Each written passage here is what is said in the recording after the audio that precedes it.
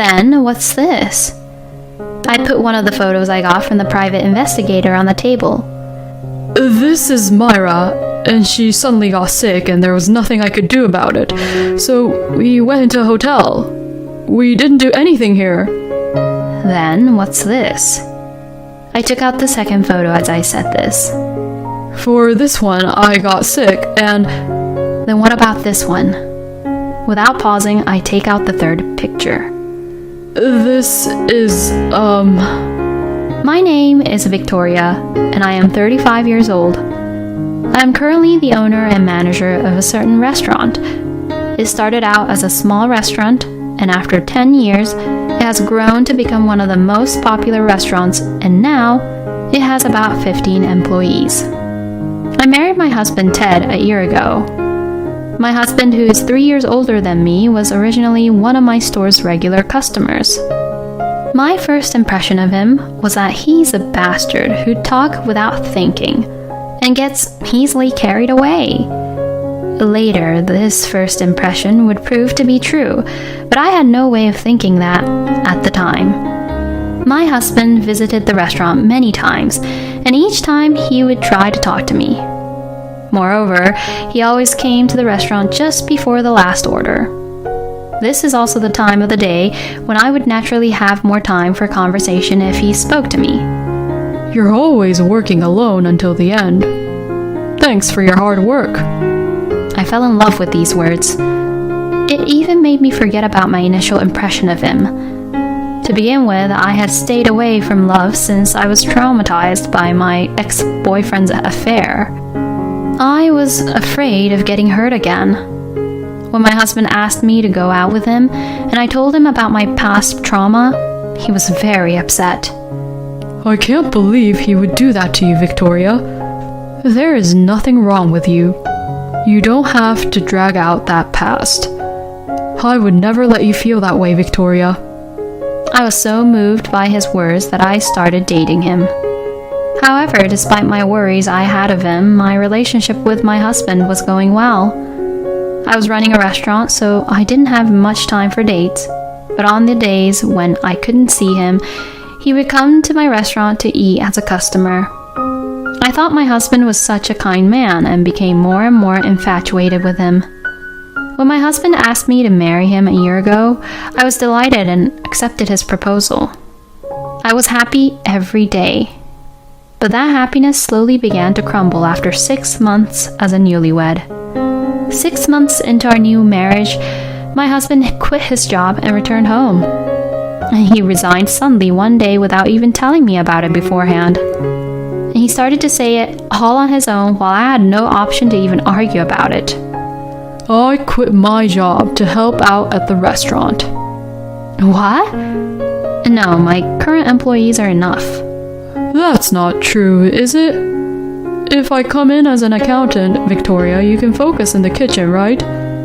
No, I've asked my accountant to take care of the store, so that's not a problem. Then why don't you fire your accountant and I'll do the accounting?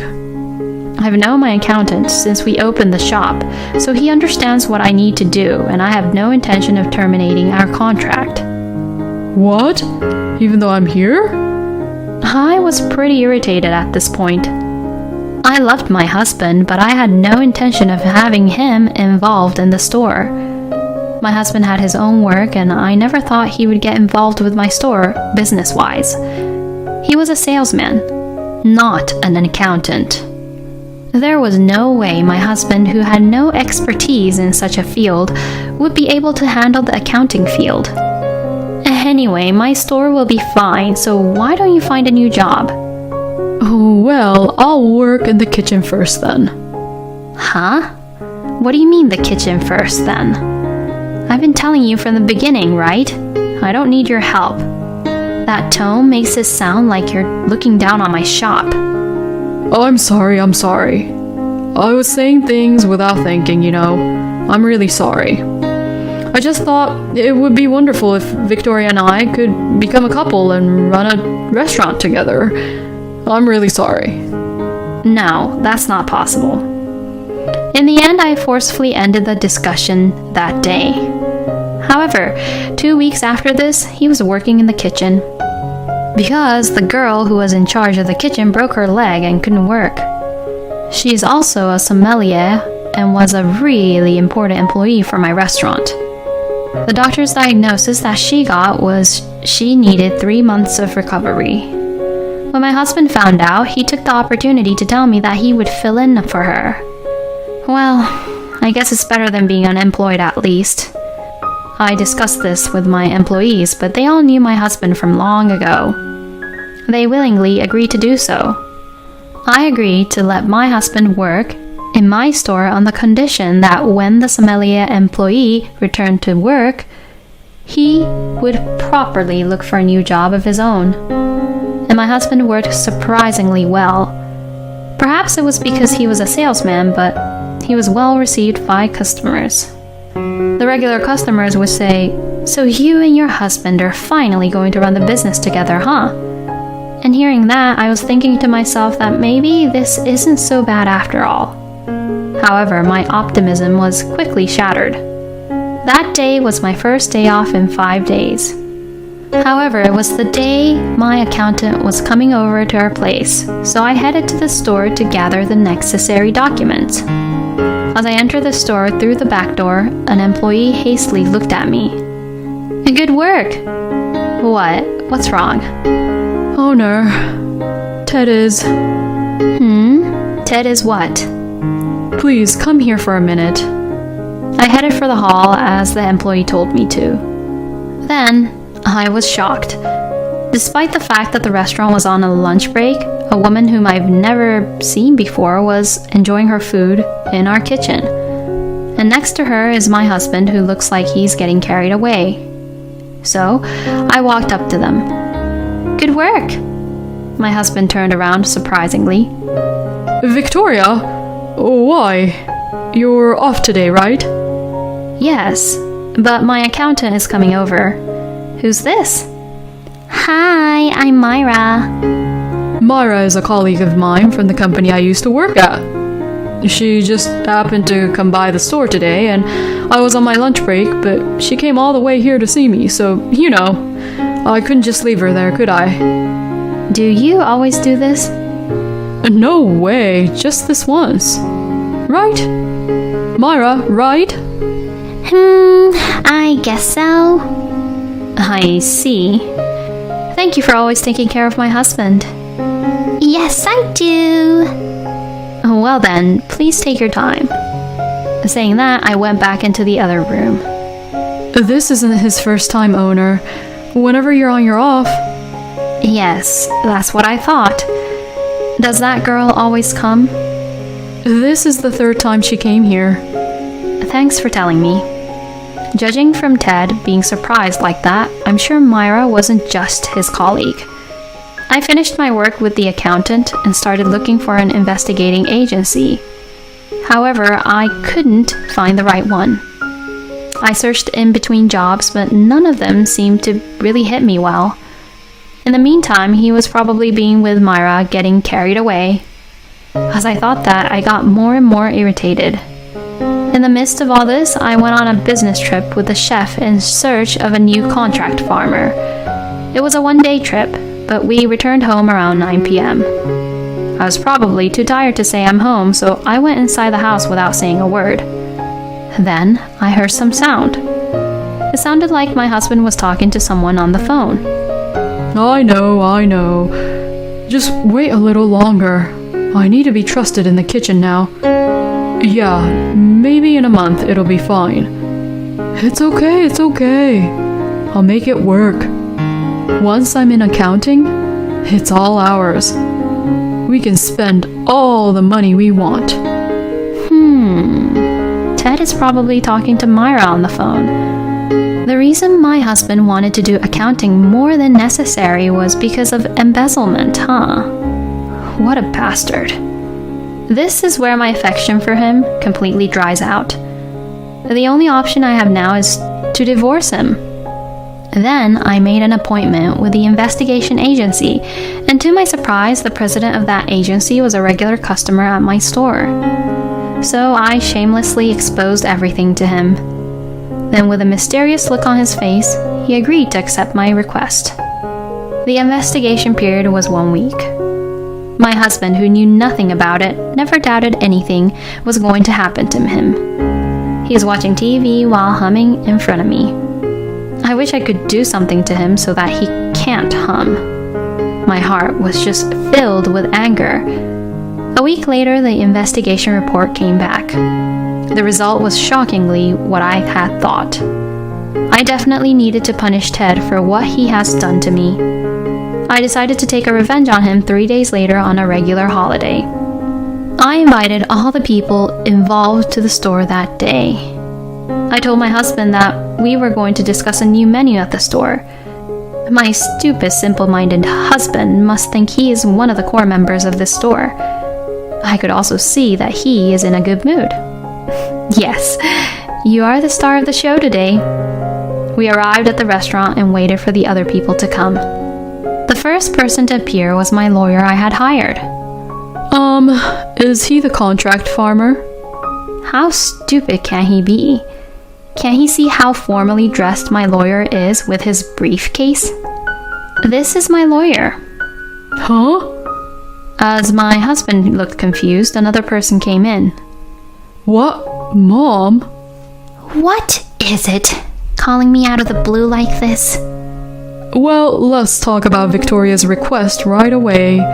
Victoria demands a divorce from her husband. Huh? Huh? Ted and his mother, Wendy, overlaps each other. What do you mean? You're having an affair, aren't you? No, I'm not. Of course not. Then what's this? I put one of the photos I got from the private investigator on the table. This is Myra, and she suddenly got sick and there was nothing I could do about it. So we went to a hotel.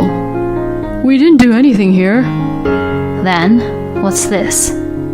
I took out the second photo as I said this. For this one, I got sick and... Then what about this one? Without pausing, I take out the third picture. This is, Oh, that's enough. You don't like this woman, do you? Then why don't you just get a divorce? You don't need a woman like that, who eats all the money away. What? What do you mean about me eating all the money away? Victoria, you approached my son Ted for his money, didn't you? I knew that. This store, that house, the car, everything. Ted is working so hard to make up for the deficit, yet you want to divorce him and take his share of the property, right? You're a despicable woman. Excuse me? What the hell is she saying? Since you're like that, that's why he cheats on you. He can't be helped. I'm for the divorce, but I can't give you anything. From now on, I'll take care of the store, the house, the car, and everything that belonged to you. You will be on your own. I look at my husband. My husband looks away in an obvious way. I see. Oh, well, I guess you're not needed as his wife now. Myra came in through the door. I heard everything from outside, but if it all belongs to Ted, then there's no problem, right? Even if Victoria finds out about our affair. Myra, let's see. Let me just organize everything right now. First of all, Wendy, this store, that house, and the car, those three are all my properties. Huh? This store is the one I have been working on for the past 10 years. I am the owner. In other words, I manage this shop. I have owned the house and the cars since before I got married to Ted. Therefore, nothing goes to you. Wait, what do you mean? Don't you understand? It means that your own son lied to you. Right, Ted? I guess I misunderstood a little. Huh? You said you were going to get the money soon. Hey, Myra, just get the hint, will you? No, I know. You wanted to get into accounting because you wanted to embezzle the store's money, right? You've got to be kidding me, seriously. And just in time, the next two visitors arrived. Jane, why? What in the world is this? And you too, Chloe, why?